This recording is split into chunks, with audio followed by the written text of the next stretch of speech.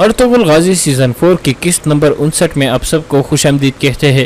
اس قسط کا آغاز اس سین سے ہوتا ہے جہاں گنلف کو ارطغرل کے سامنے لایا جاتا ہے۔ گنلف کہتا ہے، میری سپاہیوں کے سامنے آپ کو مجھے قتل کرنے کی جرت نہیں ہوئی، اس لیے آپ مجھے اپنے قبیلے لے آئے ہو ارطغرل صاحب۔ یہ کہہ کر گنلف نیچے بیٹھ کر اپنی گردن جھکا لیتا ہے۔ ارطغرل مسکراتے ہوئے اس کے پاس آ کر کہتا ہے، میں تمہیں قتل کرنے کے لیے یہاں نہیں لایا، بلکہ میں تمہاری آنکھوں سے غفلت کا پردہ اٹھانا چاہتا ہوں۔ گنلف کہتا ہے، کیا مطلب ہے آپ کا؟ ارطغرل اس کی طرف اپنا ہاتھ بڑھا کر اسے کڑا کر دیتا ہے اور پھر کہتا ہے، آپ ہمارے مہمان ہو اور ہم اپنے مہمانوں کا خیال رکھنا جانتے ہیں۔ گنلف کہتا ہے، جیسے آپ نے گورنر کریتوس کا خیال رکھا تھا۔ ارطغرل کہتا ہے، گورنر کریتوس بھاگنے میں کامیاب ہو گیا ہے، لیکن سوگٹ میرا ہے۔ میں آپ سے اس نئی جگہ کے بارے میں بات کرنا چاہتا ہوں جہاں کئی قبیلہ ہجرت کر کے جائے گا۔ کیونکہ آپ میرے قلعے دار ہو، اس لیے میں آپ کے اچھے مشوروں سے فائدہ اٹھانا چاہتا ہوں۔ پھر ارطغرل گنلف کے ہتھیار اسے واپس کر کے کہتا ہے، کیا میرے حکم پر آپ اپنی پہلی ذمہ داری نبھانے کے لیے تیار ہو گنلف صاحب؟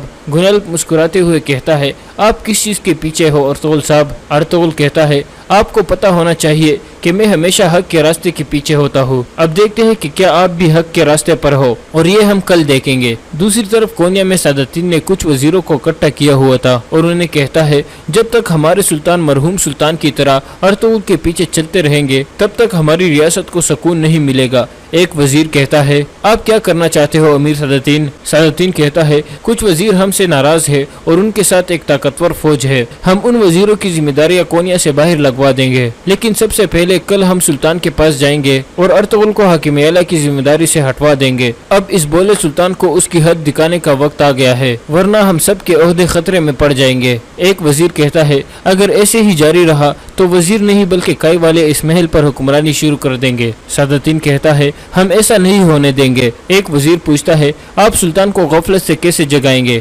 سادتین کہتا ہے، سلطان غیاث الدین اپنے والد کی نامکمل جنگ پر جا کر فتح یاب ہو کر واپس لوٹنا چاہتا ہے، لیکن اسے پتہ چلے گا کہ اس کے پاس کچھ بھی نہیں ہے اگر ہم اس کے ساتھ نہیں ہے۔ اس کے بعد اگلا دن شروع ہو جاتا ہے۔ ارطغرل اپنے ساتھیوں کے ساتھ سوگٹ کی طرف روانہ ہو گیا تھا۔ اسی دوران چاودار قبیلے کے جرگے کے آدمی اسلحان کے پاس آئے ہوئے تھے کہ چاودار والے سوگٹ کی طرف ہجرت نہیں کرنا چاہتے ہیں۔ اگر ارطغرل صاحب جانا چاہتے ہیں تو اپنے لوگوں کو لے کر جا سکتے ہیں، لیکن ہم چاودار والے یہ جگہ چھوڑ کر نہیں جائیں گے۔ اسلحان ان کو سمجھانے کی کوشش کرتی ہے لیکن وہ رضامند نہیں ہوتے۔ دوسری طرف ارطغرل کا قافلہ سوگٹ کی طرف روانہ تھا۔ اس طرح راستے میں احمد کھڑا تھا۔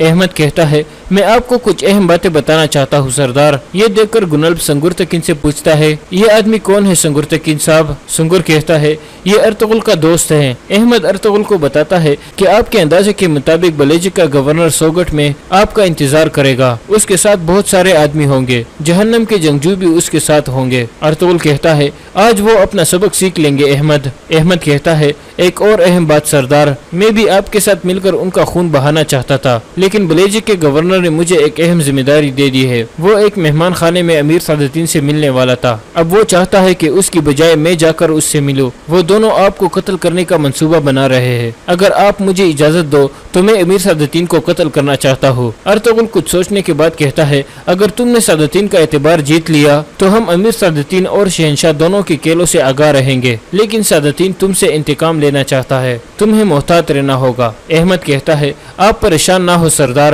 میں اپنا خیال رکھ لوں گا۔ اس کے بعد احمد ارطغرل کو اللہ حافظ کہہ کر وہاں سے روانہ ہو جاتا ہے۔ دوسری طرف کونیا میں سب وزیر اکٹھے ہوئے تھے، اتنے میں سلطان غیاث الدین بھی وہاں پہنچ جاتا ہے۔ بیٹھنے کے بعد غیاث الدین ایک وزیر سے پوچھتا ہے، کیا جنگ والے مہم پر جانے کی تیاریاں مکمل ہے جمال الدین؟ جمال الدین کہتا ہے، ہماری فوج تیار ہے لیکن ہم سب پریشان ہیں سلطان۔ غیاث الدین پوچھتا ہے، کیا پریشانی ہے؟ سادتین کہتا ہے، منگول ہمارے لیے کافی نہیں تھے کہ اب ہمیں ارطغرل کے ساتھ بھی نپٹنا پڑے گا سلطان۔ غیاث الدین کہتا ہے، امیر سادتین، میں ارطغرل کے بارے میں مزید ایک لفظ بھی نہیں سننا چاہتا۔ پھر ایک اور وزیر کہتا ہے، کونیا میں ارطغرل کے بارے میں کچھ اہم باتیں ہو رہی ہے سلطان، لوگ کہہ رہے ہیں کہ آپ نے ارطغرل کے ساتھ مل کر اپنے بابا کو قتل کیا ہے۔ یہ سن کر غیاث الدین سخت غصے میں آ جاتا ہے۔ یہ دیکھ کر سادتین کہتا ہے، میرے سلطان، اس وزیر پر غصہ کرنے سے مسئلہ حل نہیں ہوگا، ارطغرل نے ایک دفعہ پھر ہمارے لیے ایک بڑی مشکل پیدا کر دی ہے۔ غیاث الدین کہتا ہے، بتاؤ مجھے، फिर सादतीन कहता है अर्तुगरुल ने वो सुलह का मुआहदा रुकवा दिया है जो हम बलेजी के गवर्नर के साथ करने वाले थे। न सिर्फ ये बल्कि उसने गवर्नर क्रीतोस को कत्ल करने की कोशिश की थी। इसके अलावा उसने गुनल्फ को कैदखाने में बंद किया हुआ है। गियासुद्दीन पूछता है वो ऐसा क्यों करेगा? सादतीन कहता है वो आपकी सल्तनत के खिलाफ बगावत करने की तैयारी कर रहा है सुल्तान। इस सूरत हाल में जंग मुहिम से कामयाब होकर लौटना आपके लिए मुमकिन नहीं है। ये मुहिम आपके लिए बहुत जरूरी है, लेकिन हम समझते हैं कि अर्तुगरुल जैसी बला का होते हुए आपका इस मुहिम पर जाना मुनासिब नहीं है। गियासुद्दीन कहता है तो फिर आप मुझसे क्या चाहते हैं? सादतीन कहता है ऐसा लगता है कि अर्तुगरुल सोगट को अपने हाथ से नहीं जाने देना चाहता जो आपके मरहूम वालिद ने उसे सौंपा था। ठीक है, वो सोगट को अपना घर बना सकता है, वहाँ वो हमारी रियासत की खिदमत कर सकता है, लेकिन एक हाकिम आला के तौर पर नहीं। उसका हाकिम आला रहना हमारी रियासत के लिए एक खतरा है। हमारा मशवरा है कि आप अर्तुगरुल से हाकिम आला की जिम्मेदारी लेकर गुनल्फ साहब को हाकिम आला बना दे। जब आप इस फरमान पर अपनी मुहर लगा देंगे फिर हम सब आपके साथ जंग मुहिम पर जाने के लिए तैयार हो जाएंगे। दूसरी तरफ जंगल में एक जगह अहमद इब्न लरबी से मुलाकात करता है और इस्लाम के बारे में कुछ सवालात करता है। इब्न लरबी उसे इस्लाम के बारे में काफी सारे मालूमात देते हैं। आखिर में अहमद कहता है अर्तुगरुल साहब ने मुझे एक अहम जिम्मेदारी सौंपी है। हो सकता है कि इस काम में मेरी जान चली जाए, इसलिए मैं चाहता हूँ कि आप मेरे लिए दुआ करें। इब्न लरबी कहते हैं जिनकी नीयत नेक होती है अल्लाह उनका साथ देता है। इस पाक मकसद में अल्लाह तुम्हारे साथ होगा। मेरी दुआएं हमेशा उनके लिए है जो अल्लाह की मकसद के लिए लड़ते हैं। दूसरी तरफ अर्तुगरुल का काफिला सोगट की तरफ रवाना था। एक जगह वो रुक जाते हैं। तुर्गुत कहता है माशाल्लाह, मैंने इस तरह की जरखेज जमीनें पहले कभी नहीं देखी सरदार। संगुर्तकीन कहता है तुम अपने वादे पर कायम रहे अर्तुगरुल। अगर आज गुंदुक्तु भाई यहाँ होते तो वो तुम पर फख्र करते। अर्तुगरुल कहता है इंशाल्लाह हम वो दिन देखेंगे भाई। मैं उम्मीद करता हूँ कि आप और गुंदुक्तु भाई भी हिजरत करके यहाँ आ जाएंगे। संगुर कहता है मैं वापस जाकर गुंदुक्तु से इस बारे में बात करूंगा क्योंकि मैं तुम्हारे साथ रजामंद हूँ। फिर अर्तुगरुल गुनल्फ से पूछता है आप क्या कहते हो? गुनल्फ कहता है ये जमीनें खूबसूरत और जरखेज है, लेकिन यह काफिर भी हकदार बने हुए हैं। आपको बहुत ज्यादा जंगें लड़नी पड़ेगी और गवर्नर क्रीतोस आपके यहाँ रहने की फैसले से बिल्कुल खुश नहीं होगा। उसके बेटे को आप लोगों ने कत्ल किया था,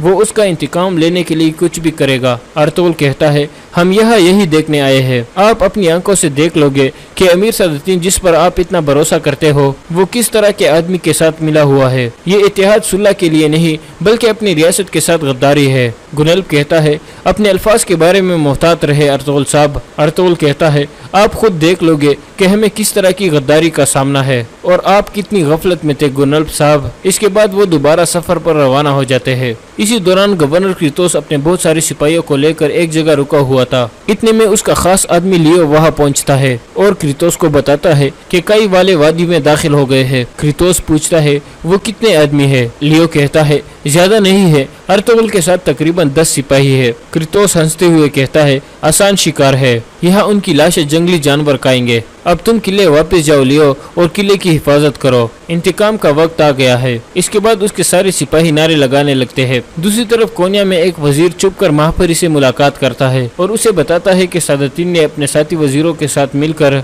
सुल्तान गियासुद्दीन को जंग मुहिम से रुकने की धमकी दी है। महापरी कहती है सादतीन अर्तुगरुल को मारकर अपने रास्ते में रुकावटों को एक एक करके खत्म करना चाहता है। वजीर कहता है मैं खौफजदा हूँ कि अर्तुगरुल को मारने के बाद वो हमारे सुल्तान को भी कत्ल कर देगा और फिर आप उसके लिए अकेली रुकावट रह जाएगी। मैं परेशान हूँ कि वो आपको भी कत्ल कर देगा। महापरी कहती है यही हकीकत है ताजुद्दीन, मैं और तुम सादतीन का अगला हदफ है। हमें एहतियाती तदाबीर लेनी होगी। तुम्हें उसे रोकना होगा ताजुद्दीन, तुम उसे कत्ल करोगे फौरन उसके पीछे अपने आदमी भेज दो। वो एक मेहमान खाने में गवर्नर क्रीतोस से मुलाकात करने वाला है। ये मामला अब यहाँ खत्म हो जाना चाहिए। दूसरी तरफ अर्तुगरुल का काफिला आगे बढ़ रहा था। घोड़ा बांधते हुए अर्तुगरुल गुनल्फ को कहता है मैं जानता हूँ कि अमीर सादतीन तुम्हारे लिए बाप की तरह है, इसलिए तुम समझते हो कि वो कभी गलत कदम नहीं उठाएगा। तुम्हें हाकिम आला बनाने के लिए उसने सब कुछ किया। अभी के लिए मैंने उसे रोक लिया है, लेकिन मैं जानता हूँ कि वो हार नहीं मानेगा। वो इस मकसद के लिए सुल्तान को आमादा करने की हर मुमकिन कोशिश करेगा। गुनल्फ कहता है